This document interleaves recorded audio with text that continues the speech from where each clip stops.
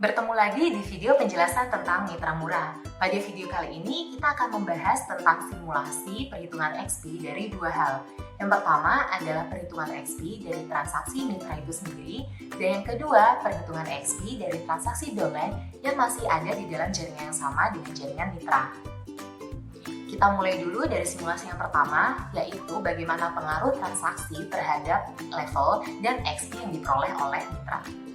Di simulasi yang pertama ini, kita bertemu dengan mitra Udin yang sudah melakukan transaksi sebanyak 100 kali dalam waktu 1 bulan di bulan Januari. Dari 100 transaksi tersebut, mitra Udin melakukan transaksi di berbagai kategori produk untuk beberapa denom dan harga jual yang berbeda-beda. Setelah dihitung-hitung, jumlah XP yang dikumpulkan oleh mitra Udin dalam waktu 1 bulan adalah sebesar 5.310 XP.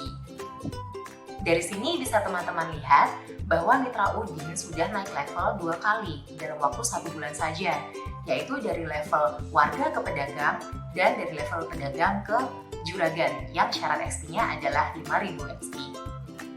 Kemudian misalkan di bulan Februari dan Maret, Udin konsisten mengumpulkan XP yang sama seperti di bulan Januari.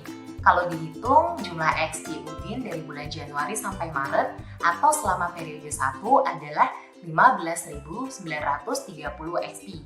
Dengan begitu, pada tanggal 31 Maret atau di akhir periode 1, Udin sudah berada di level saudagar. Memasuki periode kedua atau pada tanggal 1 April, jumlah XP Udin akan direset menjadi 0 sesuai dengan ketentuan. Meski begitu, level Udin tidak mengalami perubahan. Artinya dia tetap ada di level saudagar sesuai dengan pencapaiannya di periode 1 sebelumnya. Nah, misalnya Udin selama periode kedua ini sukses mengumpulkan 18.000 XP. Artinya Udin sukses juga mempertahankan levelnya di level saudagar yang syaratnya adalah 15.000 XP. Memasuki periode ketiga atau pada tanggal 1 Juli, XP Udin akan kembali direset menjadi 0. Hanya saja karena Udin sukses mempertahankan level di level saudagar pada periode kedua sebelumnya, Udin akan kembali meneruskan periode ketiga tetap di level saudagar. Kemudian pada bulan Juli, Agustus, dan September kebetulan Udin mengalami penurunan jumlah transaksi sehingga jumlah XP-nya ikut berkurang yang menjadi 1000 XP saja selama 3 bulan tersebut. Kalau begitu, seperti apa pengaruhnya? Apakah Udin akan turun level di periode ketiga ini? Nah, kita lihat di akhir periode ketiga ini, posisi Udin belum bisa naik ke level bos besar karena dia hanya memperoleh 1000 XP saja dalam waktu 1 periode. Artinya, Udin juga gagal memenuhi syarat untuk mempertahankan level di level saudagar yang jumlahnya adalah sebesar 15.000 XP. Dampaknya baru akan terlihat ketika kita memasuki ke periode 4 atau pada tanggal 1 Oktober. Di sini Udin akan turun level dari level saudagar ke level juragan dan XP-nya juga tetap akan direset menjadi 0. Lalu memasuki ke simulasi kedua. Pada simulasi kedua ini, teman-teman nanti akan bisa melihat seperti apa pengaruh transaksi downline terhadap XP dan level upline yang masih ada dalam satu jaringan yang sama. Di dalam simulasi ini, kita bisa lihat ada mitra Rian yang memiliki satu orang downline di masing-masing tingkatannya, yaitu dari downline tingkat 1, tingkat 2, tingkat 3, sampai tingkat 4 di bulan Januari.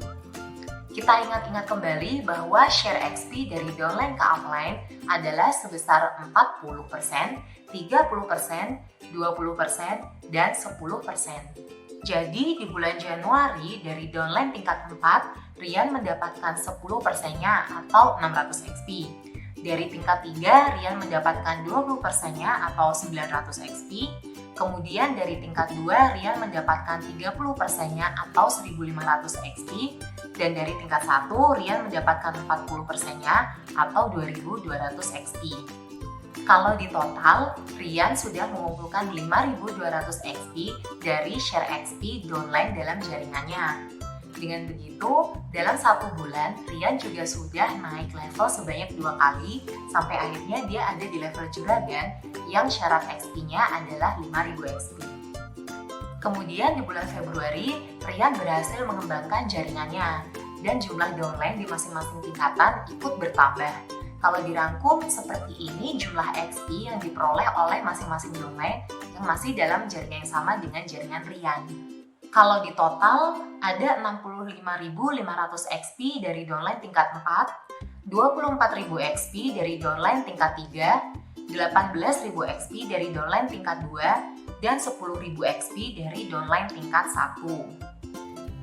Artinya, Rian mendapatkan 10% dari downline tingkat 4, yaitu 6.550 XP.